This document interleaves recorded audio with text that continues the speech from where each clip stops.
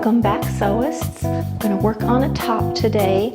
I need some summer tops. I'm working on replacing a lot of my fast fashion and just clothes that I've had for a long time that I don't care so much for with my own bespoke, me-made wardrobe. And I need more tops. I just need fun, cute things to throw on to run errands in and to spend the day with my mom, things like that. So today I'm going to do McCalls 7359.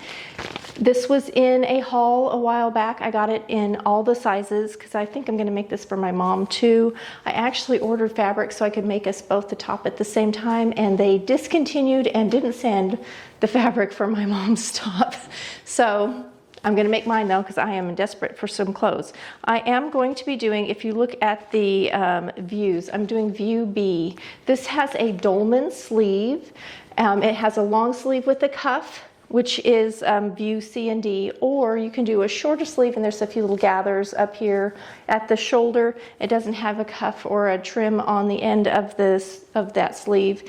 There's also a collar option, and if you look, these have the collar on them, but you can't even tell. So I'm just gonna bind the neckline. I think it's cute. I don't need or want the collar really. This is meant for wovens, georgettes, crepes, challis, charmeuse, satin, those sort of things.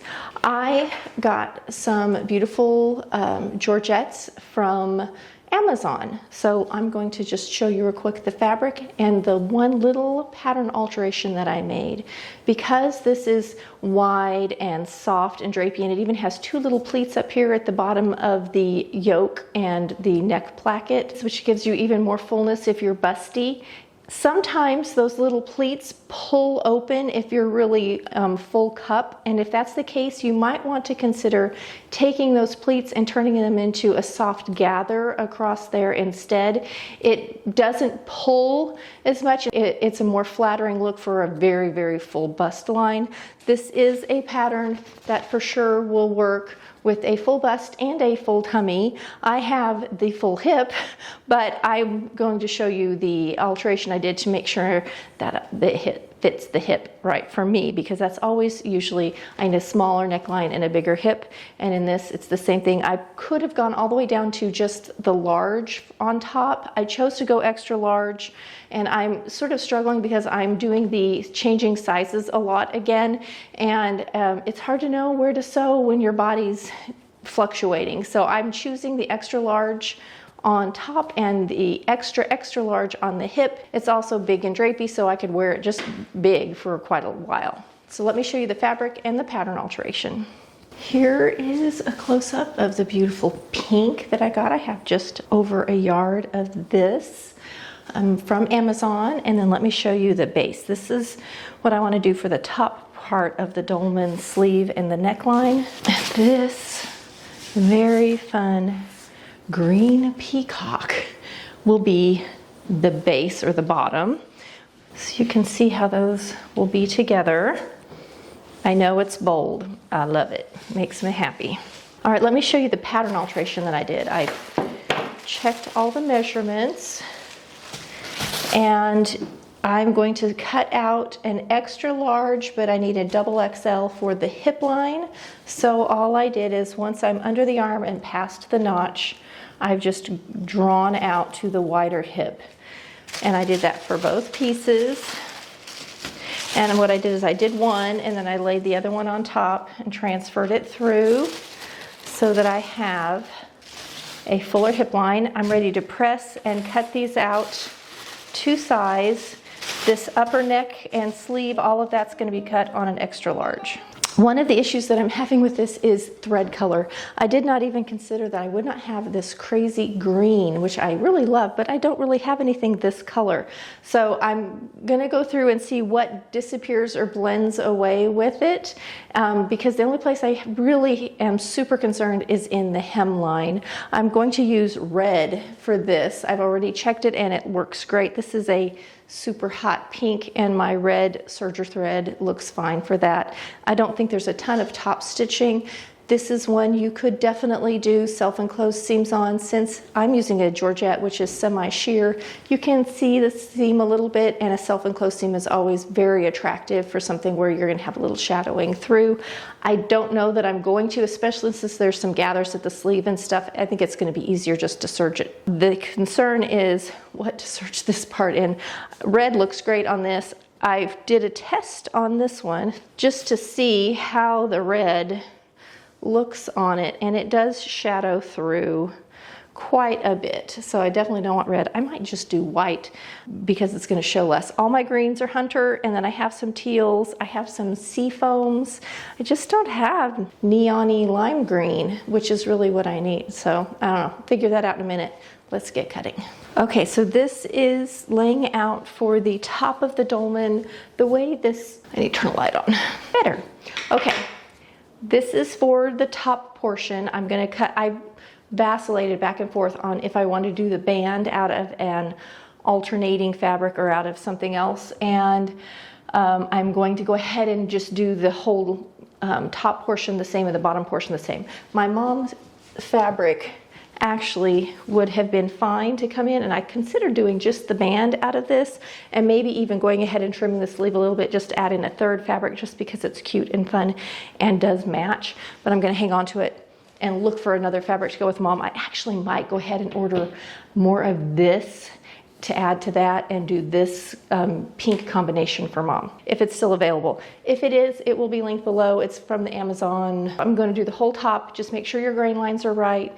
The back is cut on the fold, and so is the little back neck piece. You need, because it is a self-faced neck binding, you're going to need 4 of pattern piece 3 and 2 of pattern piece 4, and you need a lightweight interfacing out of those pieces to 2 of 3 and 1 of 4 in the interfacing. So I'm going to go ahead and get these cut out. This is georgette. It's not like a chiffon. It's still soft and can move on you, but not nearly so bad. If you use rotary cutter, this would be a great one to rotary cut. Just make sure it's sharp and that you're careful. I'm going to just use my scissors. I do pin on fabric like this, especially. This is a polyester. It will repair fine. Just use your good pins. If you use weights on a fabric like this, it's very easy for this to get moved and to have some inaccuracy in your cutting, and it's going to carry over in your sewing. So you want to be careful about that. Let me talk about my top real quick, because this is one of my patterns. This is the title card. I will have it linked below if you'd like to sew this very easy little top. I actually made it to go with a pair of like railroad ticking pants that's called the Evolution of the Pant. If you're interested in pant work, it has a whole lot of fitting in that one, and she kind of shows how I go through the process of trying to get a better fit in the pant. Very good video on fitting your pants, like putting them on your body, looking at them, and making some critical decisions about the fit. Okay, enough of that. Let's get cutting. I'll be back in a minute when I'm ready to work on the green.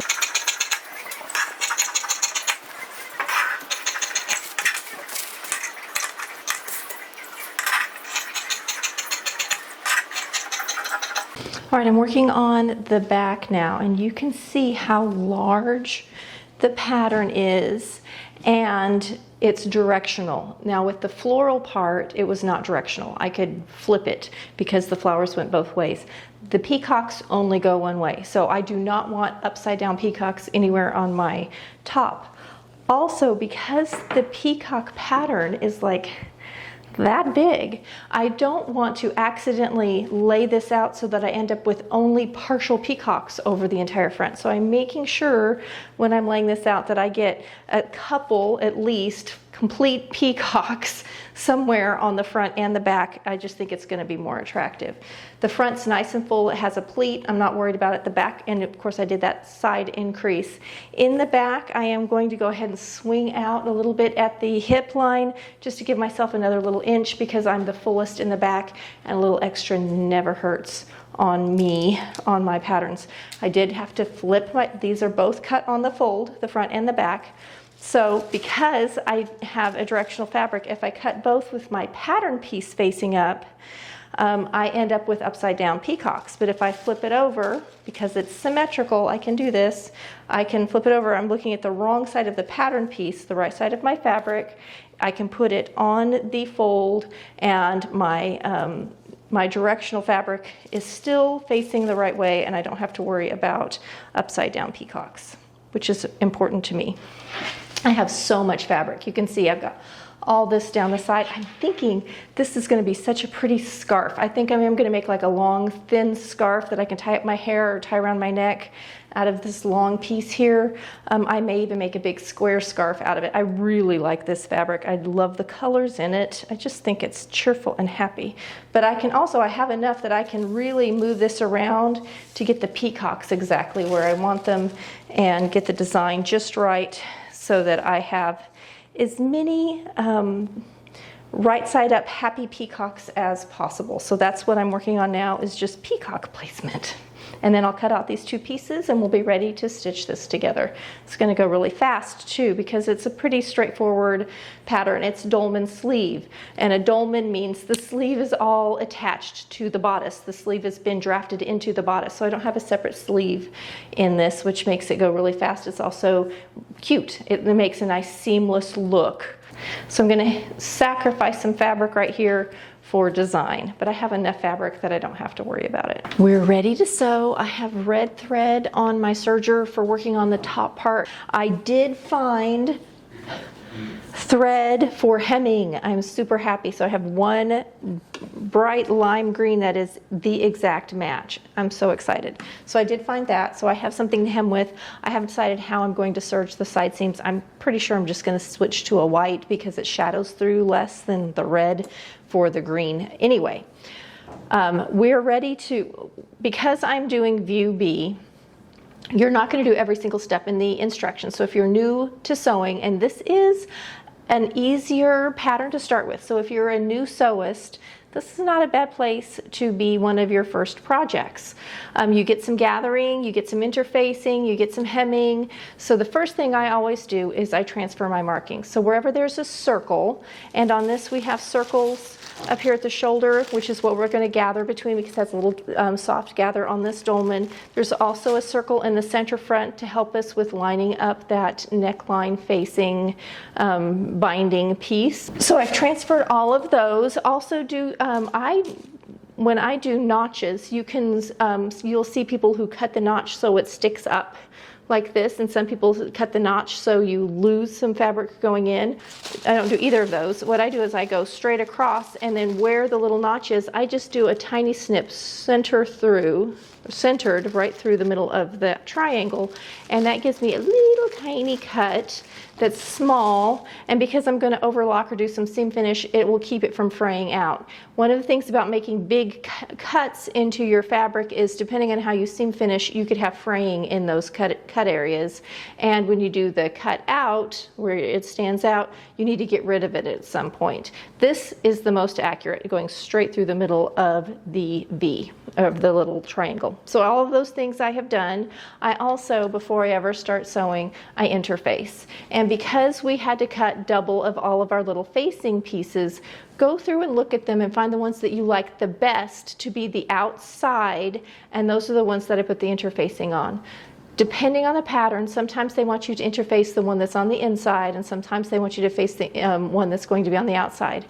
I'm using a georgette, so I want the interfacing to be on the outside because it will prevent the seam allowance from shadowing through. If I have interfacing on the inside and then one without interfacing on the outside and all those little seam allowances tucked up on the inside, you're going to see all of those seam allowances. So I'm going to make sure the interfacing is on the outside. It makes it opaque. You will not be seeing my seam allowances.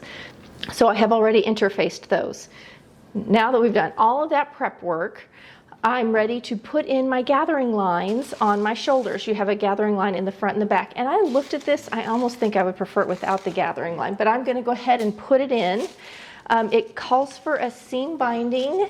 If you've never used one, it can be like a twill tape. It can be lace. There's lots of things you can use as a seam binding. You can go and buy seam binding in a package. What I'm going to use is elastic in that area. So we're going to, I have my little marks on here. I know you won't be able to see them because they're in yellow, but here's my little marks, and we're going to do gathering lines. So we're going to set our machine to a 4 or longer. Almost all machines will be set with numbers like that. It may even say based on your machine if that's what you want. No back stitching on these lines because we're going to use them for gathering. Normally you'll do one at about 1/4 of an inch and one at 5/8. This has 5/8 in seam allowance. So we're going to do that for all of our shoulders. I'm also going to give this a quick little press after I put those lines in. That is steps 1 and 2 are gathering for the front and the back. I like to sew it so the bobbin thread is on the wrong side of the fabric, because when I go to gather and put this together, I'm going to have right sides together, I'm going to see the bobbin side,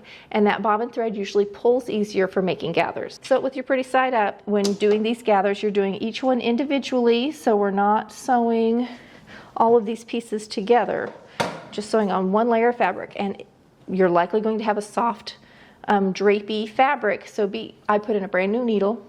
This is the time to change your needle if you've made another project or two. You don't want to have any pokes or pulls where it will make a run in your fabric or cause any fabric damage.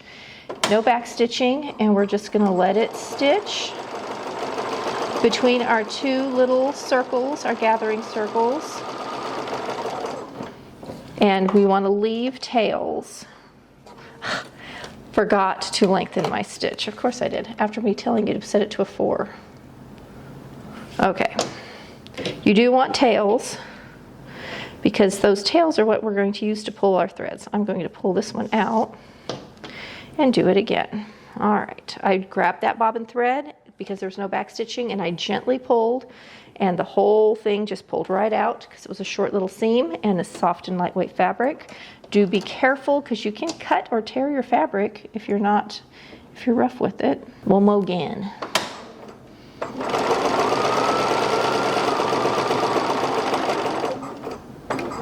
Okay, there's line 1.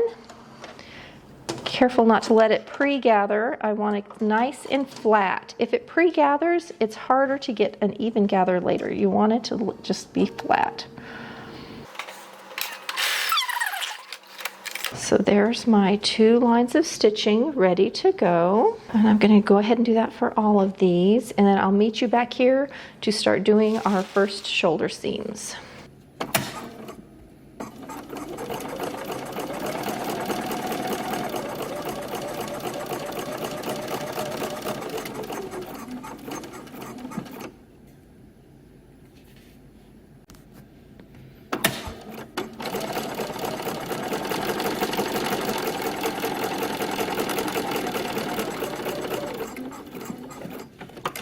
So I have all of my gather lines in, and I'm going over my instructions. So the gathering is 1 and 2 for getting everything for the front and the back in the shoulders.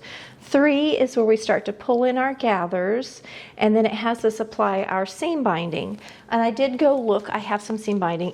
Sometimes it'll be called hem tape. There's lots of things. It's a lace, at least this particular one. It can also sometimes be a twill tape.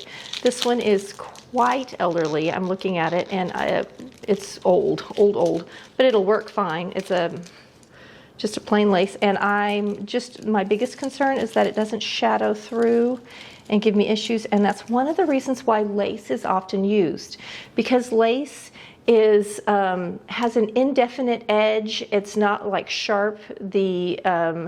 The open weave of it kind of makes it disappear behind things. That's why slips and things often are hemmed in a lace, because you don't see the edge of your slip through your skirt or your dress, because it's indefinite. It has a scalloped edge, and it's holey, and it sort of just makes it disappear. It's a very interesting little neat trick about lace, and I do like lace for that reason, and that's why I've decided to go ahead and use my red seam binding instead of my elastic, which was what I was going to do. So we're going to cut 2 pieces 4 inches long. I'm going to just get 2 4-inch strips. I was looking for it to say gather shoulder 3 inches or something, and it doesn't. It doesn't say that. It says gather, and it says what to cut.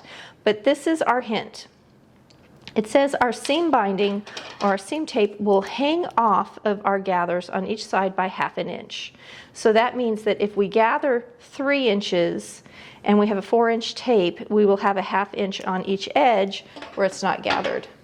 Also, do not be thrown off by the pictures in your instructions. When you look at the picture, it looks like you're gathering almost to the hemline of your sleeve, and then afterwards when it shows the gathers look like they're all the way into the sleeve, and they're not. The little circles are much farther in. So your gathers are going to be like here. You're going to have a piece below that with no gathering, which is going to make it much easier to hem. You don't want those gathers in where you're hemming. That would make life difficult. So we're going to take our back piece. We're going to take our little bit of lace, and I'm actually going to pin my lace on 1/2 inch beyond my gathers. I'm going to put a pin right at the end of my gathers, but it's going to be 1/2 inch longer. So I'm going to hold this up for you. So my gathers end here, but the tape comes on 1/2 inch beyond that, and I can still get to all my little tails, and I'm going to do that at both ends. Want it to hang off so that when I gather, it's going to become flat to the tape. The gathers will, I'll stop when it meets the tape. Okay, so I'm going to start pulling my gathers. I'm going to hold on to one side, and just so that they don't pull the threads through. So now I have all of the gathers in the middle. You just want to make them even front and back so they're the same. So now that I have little gathers all pulled together, I'm going to start evening them out. Now when I get this the way I want it, I'm going to go back over it with my sewing machine and just straight stitch over these gathers to get them to stay in place. And once we've done both sides of the back and we just stitch through this again, I'm going to go ahead and just use the basting stitch, because then I can pull all these out later if they show or if I don't like them.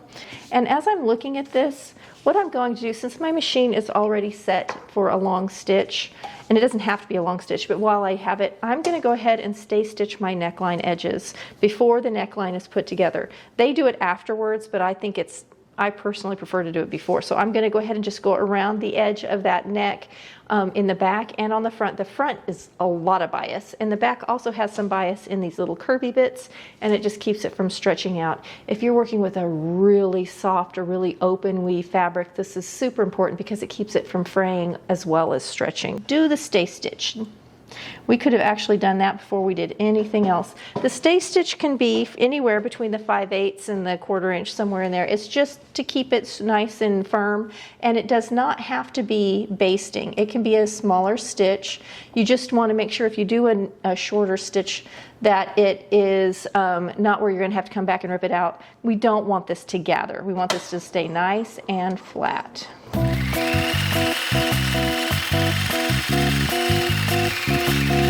That's done, and now I'm going to go ahead and just stitch over my gathers, keeping them nice and flat. I'm going to lengthen my stitch back a little bit though for this. And you don't really want any pleats. You're trying your best to keep them nice and even. Okay, here's what not to do when stay stitching. This side you can see is nice and flat, no gathers. Can you see a little bit of waving and puckering on this side? This is what you don't want. This is actually shrinking up that neckline. Sometimes you need this, but not normally in the neckline. So I'm going to actually press this out, make sure it's nice and flat and that it's not any shorter from side to side. That this side for some reason just wanted to pull, this side didn't. Go ahead and do the other one, and then I'll meet you back here and we'll put our shoulders together and gather our front to our back. Okay, so here is how it looks when we start pinning it together. I have got, this is my front, this is the back. And I've pulled all of my threads up so that they're not in the way. Can you see all of these threads? And I've pinned so that I've matched up where my circles would be. And now I can start pulling the gathers for the top or the front, and then I will stitch it across. And I've got it pinned on the neck and the shoulder, so I've got my flat pieces are together. So these where the gathers aren't. This is where the gathers are going to be. So I'm going to go ahead and pull in my gathers, and then we'll be ready to just stitch across with the gathers for this done. Make sure you pull all of these other threads up and out of the way. It just makes it neater. You're less likely to get them caught down in your machine. Sometimes the throat paint wants to suck in those extra threads. All right, so this is how it looks once it's stitched. You can see my nice little gathers there and all my extra threads. And when you open it up, There's your seam. So that's the shoulder seam with all the little gathers. Any little stitches like this right here, I'm going to come in and pull out. So it's ready now to be overlocked. I'm going to come in and overlock this edge and even it up. And when I overlock, I'm going to trim off all these threads. I have not trimmed a single thread up to this point because these are my gathering stitches. If I have to take anything out, if anything needs repaired, and I've cut off one of these, I will have to redo the whole shebang. Also make sure I'm looking and I have a little bit of fold over right here, which I don't want. I'm going to come in and fix this too where it's not folded over because that will make a little bubble underneath and it'll just be uncomfortable to wear. We don't need that in our life, so I'm going to get rid of that. All right, friends, I'm editing and I realize there's a clip missing that explains how we get to the next thing. So you need to take your neck facing that's a back and you have your neck facings that are front. We interfaced one set and we didn't the other. We're going to sew those together at the little shoulder seam. So sew all the interfaced ones together at the shoulder seam and then make another one that's all the non-interfaced ones at the shoulder seam. Then press open those little shoulder seams and then we're ready for the next clip. Pressed open my little shoulder seams on each side and I am pinning my inner edge together and we're just going to sew it at 5/8 if you're looking at your directions. Now when you look at this, can you see they're actually, and we're going to do the same thing on this side. We're going to take this one with the interfacing only and we're going to press up that outer edge. It says, does it say? Pin neck, it shows it folded up. Okay, turn seam allowance on outer edge, press 3/8 of an inch. So we're going to be turning this up 3/8 of an inch.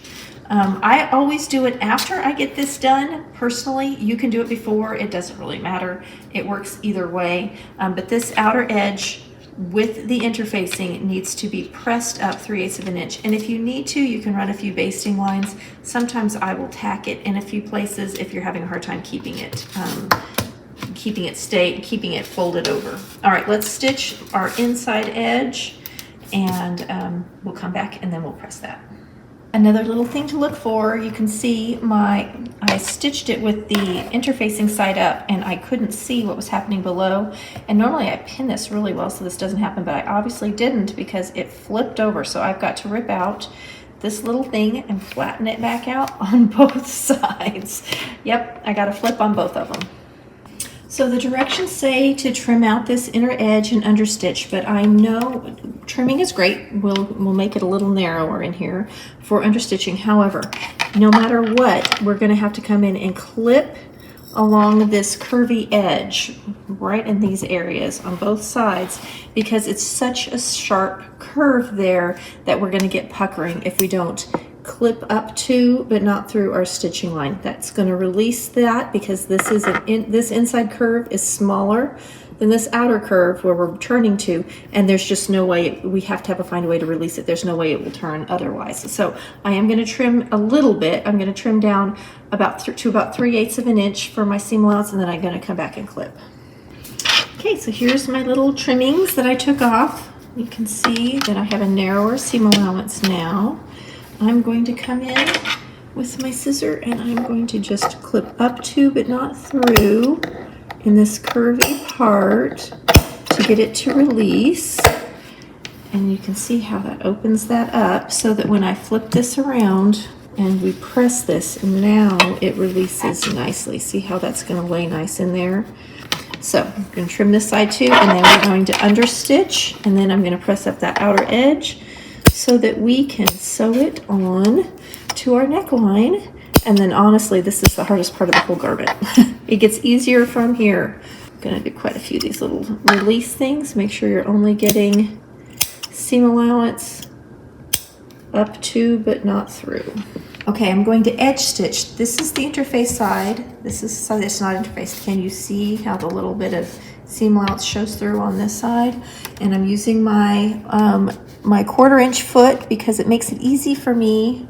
Get my arm in here to hold these tails while I get started. It makes it easy for me to get started, and it makes it easy for me to keep it straight by using this 1/4 inch foot. I am stitching using this inside edge along this fold so that I get a real close stitch. We're under stitching and kind of edge stitching. I'm just using my fingers to press it open, and then I'm going to give it a good press. But what this does is it keeps it from the wrong side from flipping to the right side by doing this kind of edge stitch. So it looks like that. Can you see my tiny little edge stitching? So we're going to do that all the way around. When you get to the curvy parts, you're going to have to kind of pay attention that it doesn't wrinkle or crimple up on you.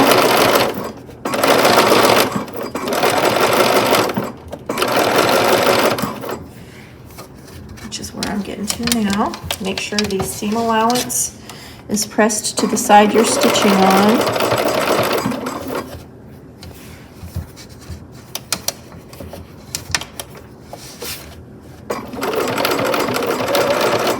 Now this won't be seen. This is on the inside of the neckline. Make sure we don't get a wrinkle right there.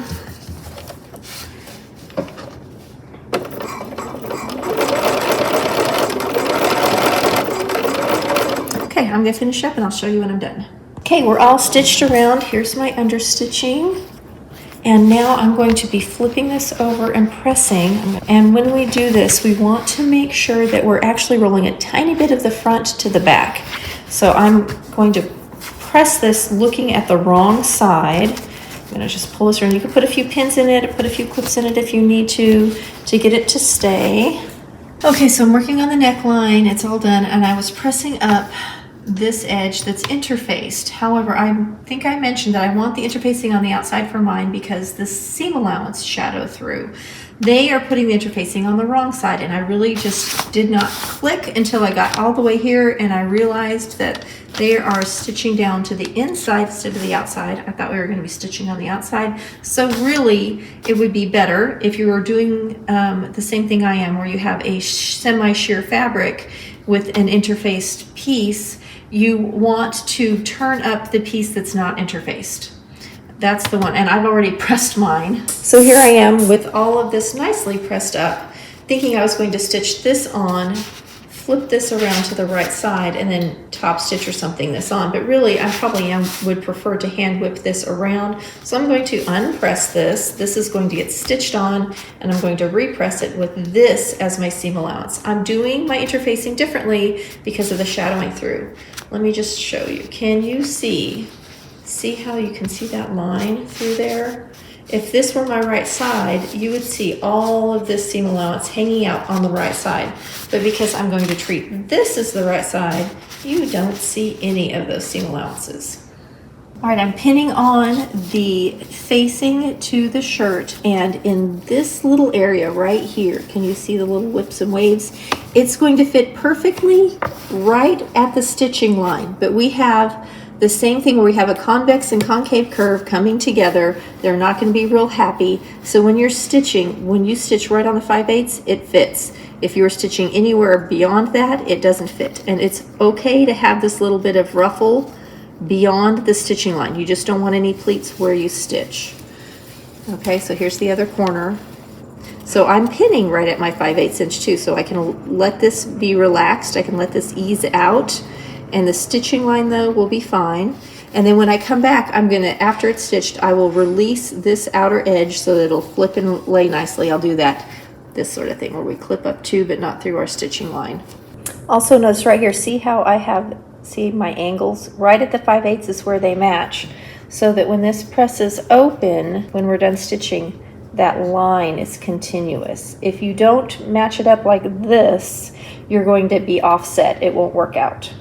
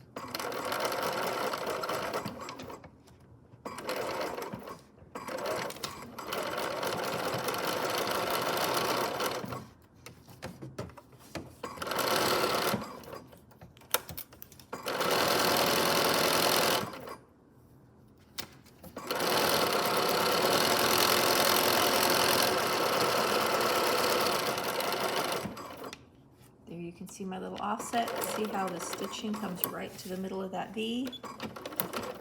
Okay, I'm getting ready to press, but you can see now, see how that lines up perfectly, this edge. It's just not pressed yet, but you can see that. And we're going to come back through and look for any areas, like look at that little spot right there. Is that a little fold over? It is, so I'm going to rip out that little area and fix it. I always inspect the whole thing, so I'm going to go through and inspect this whole line of stitching, make sure everything is good. We're going to give it a press and flip everything to the inside so that we can finish this off. So all of this seam allowance, if I can pick it up, is going to get pushed to the inside of the facing. This is going to come over it, flip over, and we're going to stitch it down. We're on to step 13. This is the inside, and all I'm doing is whip stitching down. I am going from the, I'm going from my stitching line, and I'm picking up a little pinch of that fold and then pulling it through, and it just disappears. You don't want to go beyond this stitching line here because it will show on the outside, so this way it keeps it private. We don't want any of this showing, so from the outside, nothing. It just looks perfect. And from the inside, it also looks perfect. It just hides it away. So I'm just going to whip stitch around. It actually does not take long at all. It's faster to do it when not filming. And we're going to just continue to go around. Make sure you hide your knots on the inside. You don't want any knots showing. If you're going to put a tag back here on this part of your facing, this is a great place to put a tag. If you want to, you can slip it inside the seam here, or you can do it flat across the back of this facing. I have my top part of my bodice. It's gathered. Look at how soft and pretty. I love this color. I love it so much. I love color, actually. That's part of it. So we're going to now take our little front here where our neck binding is. It's going to overlap. We have little markings that was on the neck binding.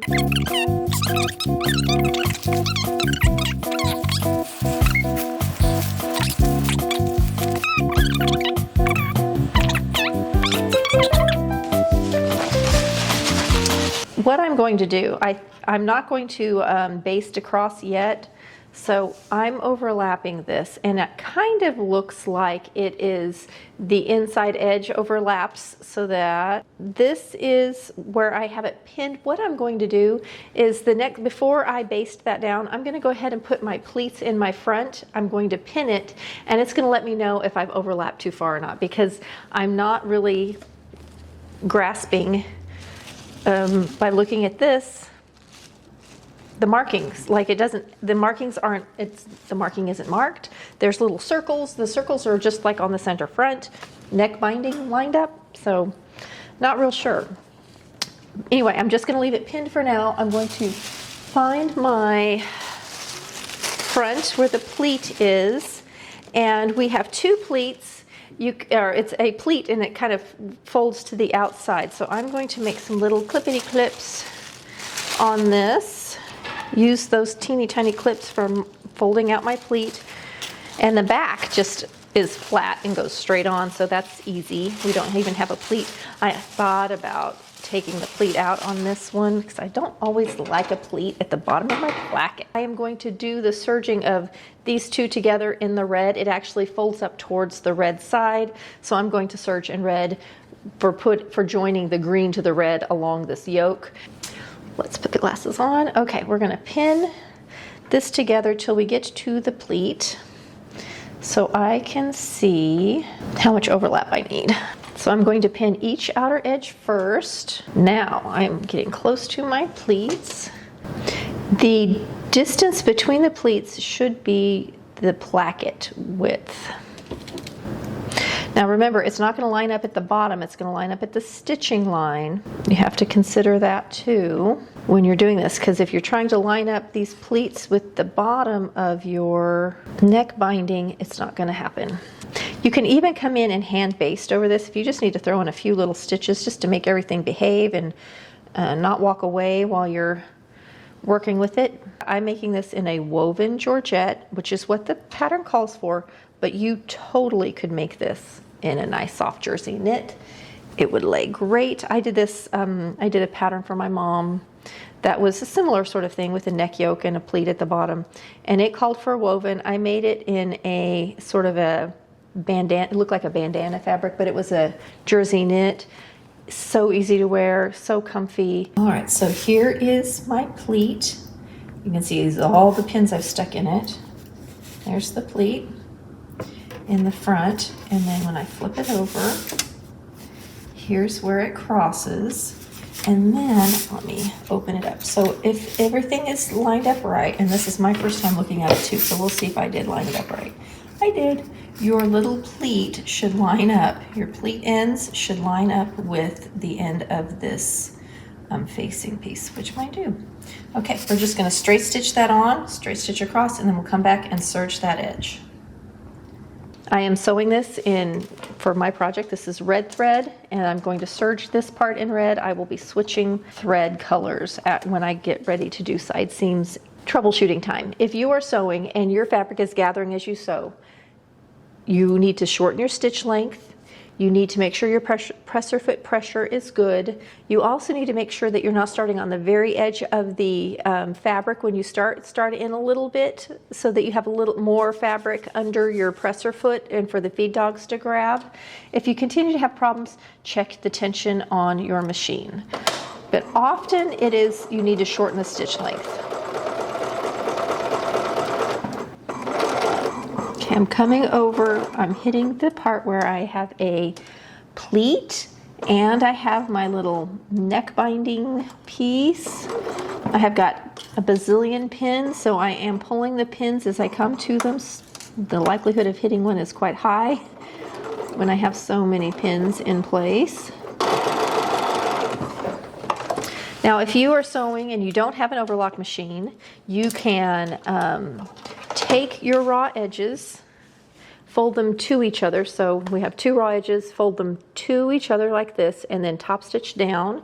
That is like a mock French seam, and it looks very nice. That's one very easy way to get a self-enclosed, really pretty seam. Okay, here it is. Let's open it up. See how it looks. See if my pleat's happy. What do you think of my fabric choice? I'm so curious to see what everyone's going to say. All right, that's done. Easy peasy. I'm going to go ahead and do the back, and then I can serge them both at the same time. Here's my back. There are some notches on here to help you keep things lined up. All right, we're going to get these both on. I'll serge them. And then what's next is side seam, and the side seam is just shoop. If you notice that when you're sewing and your needle is actually sort of pushing your fabric down into the throat plate, that is definitely either a very dull needle or a way too large of a needle. So time for a new needle. Needles are meant to last for 8 hours of sewing, and that's not like 8 hours of you being in the sewing room. That's 8 hours of the machine operating. So they last quite a while when you think about how long a project is. So that's often about, depending on your project, one or two projects. And then it's time for a new needle. All right, always check your seam before you go to your overlock. The nice thing about doing this is it compresses this seam too. Where I have all of these layers, it'll just compress that.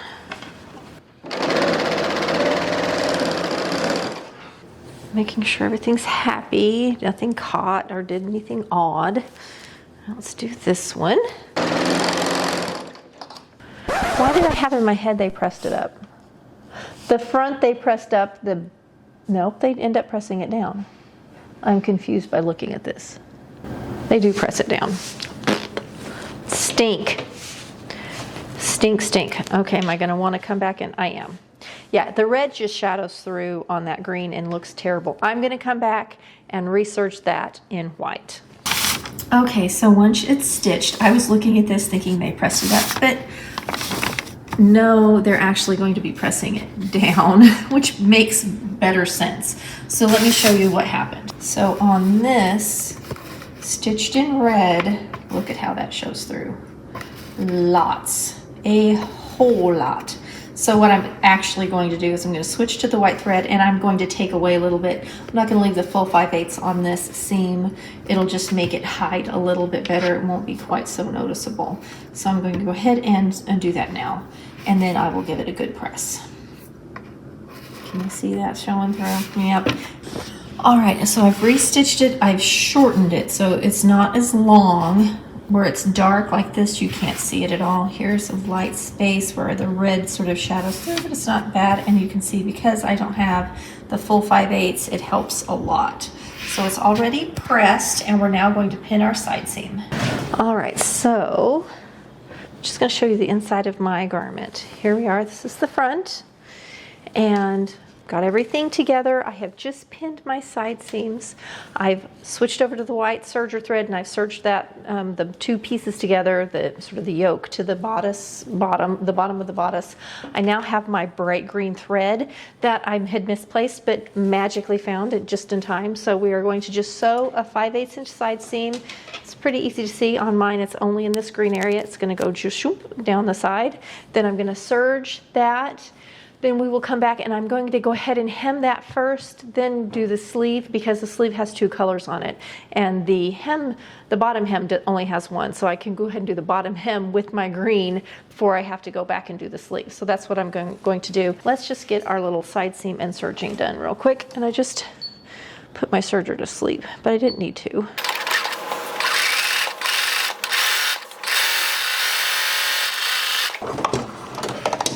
Okay, let's go over and serge that.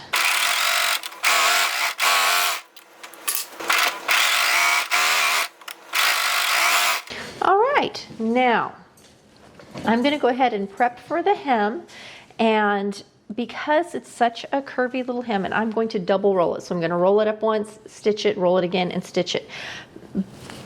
I would not do that double stitching if my thread didn't match so well, but because it matches well, I can do that. If you find that when you're doing this, you're having issues, do a little basting line, and I think they actually show that. They do.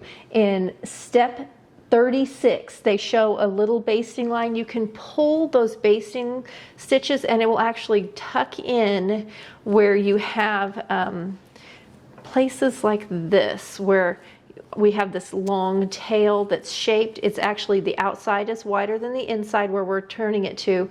And if you run a basting line, it'll help tuck that in, and it'll actually make it a little easier to hem.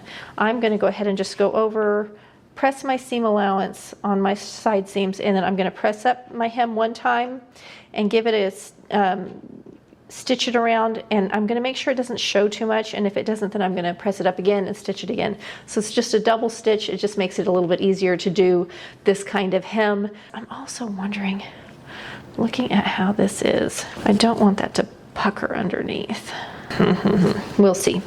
Press first. So I'm going to turn and stitch as I go. If you want to, press and pin or press and clip first and then do it. I always start at a side seam when I do this, or center back. Side seam's the best for this particular application.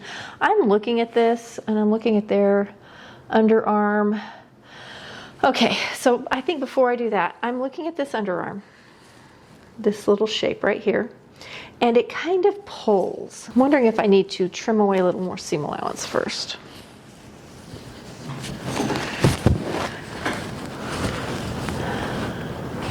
I guess it doesn't pull it all on the body. It's fine.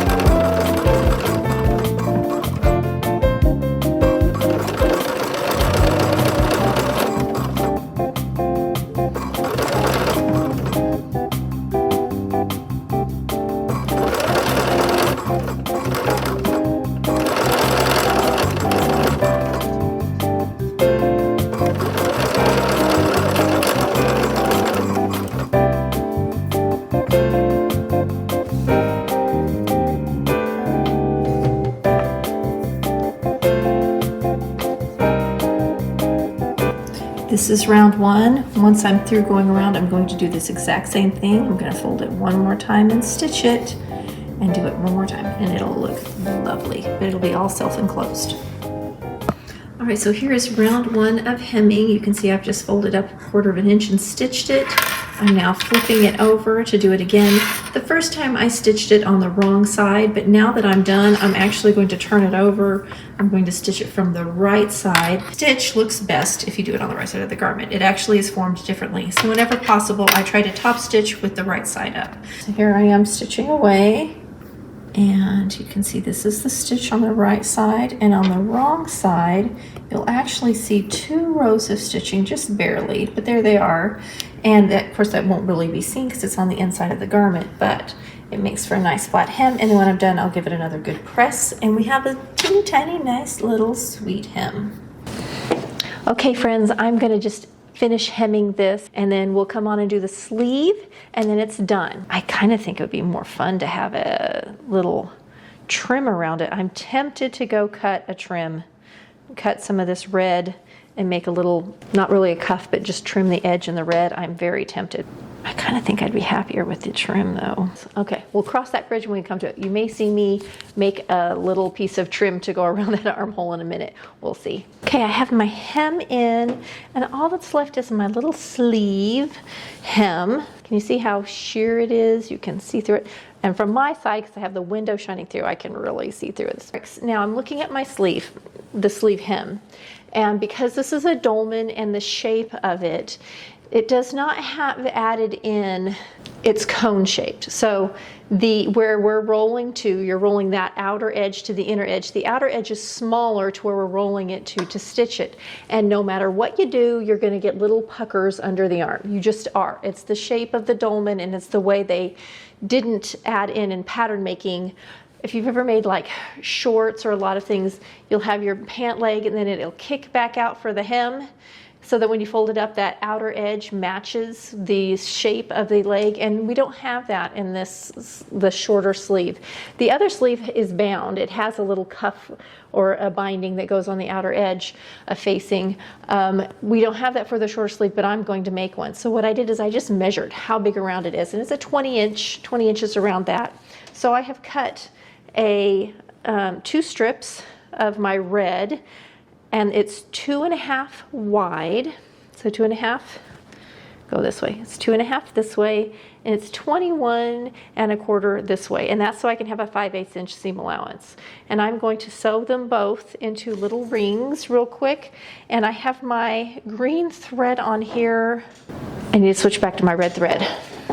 And I'm just going to make this like a little binding on the outside. I don't think I'm even going to self-enclose it. I think I'm going to stitch it on, serge that edge, press it, and let it hang out there, and it'll be grand. Now that I have red thread, I'm going to sew this at 5/8, just so that I'm sewing my little circle together. It doesn't have to be, that's just what I added myself for seam allowance.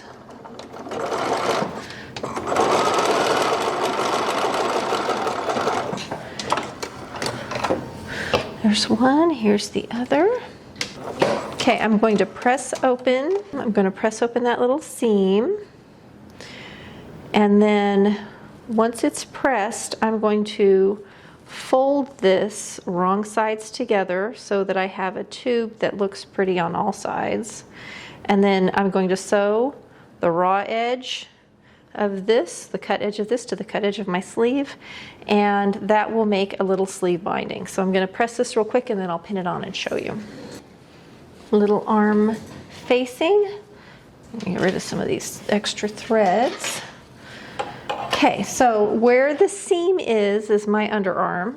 So I'm going to take this, we want right sides together. And I'm going to put my seam to the underarm. I'm only going to sew around 1/4 inch and serge it. I'm not going to have a super deep seam allowance on this. So we're going to pin underarm to underarm. I'm super pleased. This fits perfectly. Hooray for that. So you can see my little self-binding here that I've made and pinned on. I put the seam down here at the underarm. So there's my underarm of this and the underarm of the garment.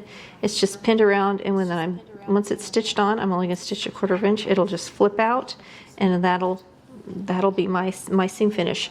You could just serge all the way around it. I'm going to sew it with red thread first, and then I'll serge it, and then we will have both of them done.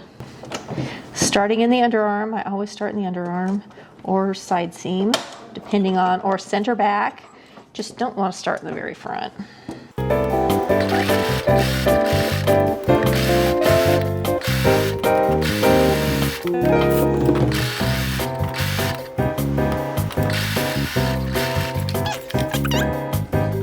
Make sure we don't have any hooky doos anywhere on that. Make sure it's nice and straight. We didn't get any little buckles or fold overs. Oh, I'm pleased that I did that because I'm going to go serge it, but that gives me an automatic hem, nice little tiny sleeve, and it looks very finished. And I think and it doesn't pucker, so it's not going to give me any of the issues I was concerned about if we did the little tiny double fold hem.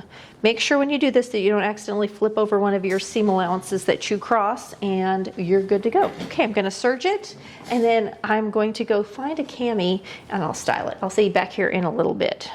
Great, I'll see you over there in a minute. Figure out what I want to style it with and make it look super cute. Okay, so here is my little sleeve cuff.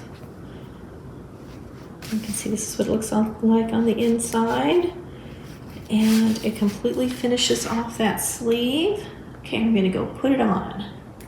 Okay, are you ready to see it? Now remember, I changed the sleeve. I do prefer it to how they had the sleeves, and also the gather.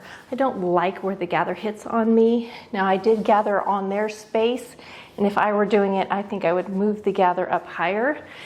Maybe because I really should have gone down one size yet again in the neck and gone to the full size in the hip. It's always a toss-up, never quite sure. It does fit fine, it's oversized, it is what it is. This is how it looks. You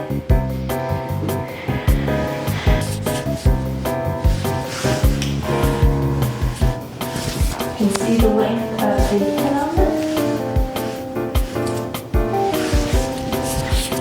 Okay, I think it's cute. It's comfy. Boy, it's a breeze to wear. I did choose a georgette, which you can see through. I'm sure you can see where my tank ends and my pants begin because I'm wearing a white pant.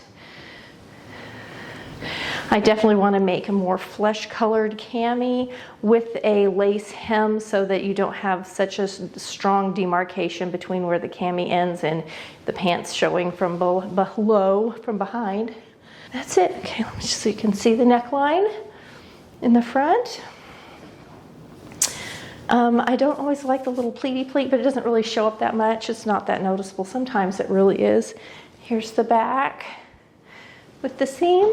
Now I did do some thread switching because I have such a sheer fabric. If you're sewing in something more solid, you won't have to worry so much about your seams shadowing through. Definitely could do a French seam or a mock French seam, something like that if you want to. Have you sewn this yet? I would love to know. Do you plan on making it? Would you do the same thing to the sleeve like I did? Yeah, leave me a comment below. Would you do such bold fabrics together? I'll see you next week for another fun video.